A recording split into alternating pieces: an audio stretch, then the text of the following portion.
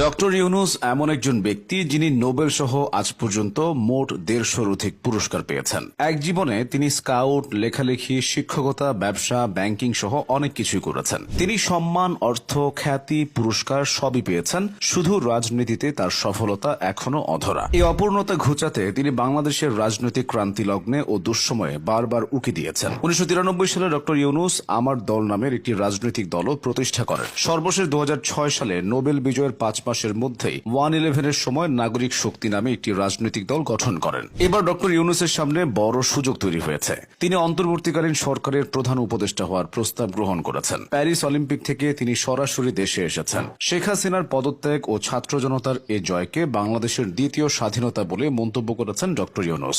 Nobel জয়ী এই অর্থনীতিবিদ আন্তর্জাতিক অঙ্গনে যে সম্মান পেয়েছেন, বাংলাদেশে তা পাননি। বিশ্বের ৩৩টি দেশের ৮৩টি বিশ্ববিদ্যালয় ও কলেজে তার নামে ইউনুস সোশ্যাল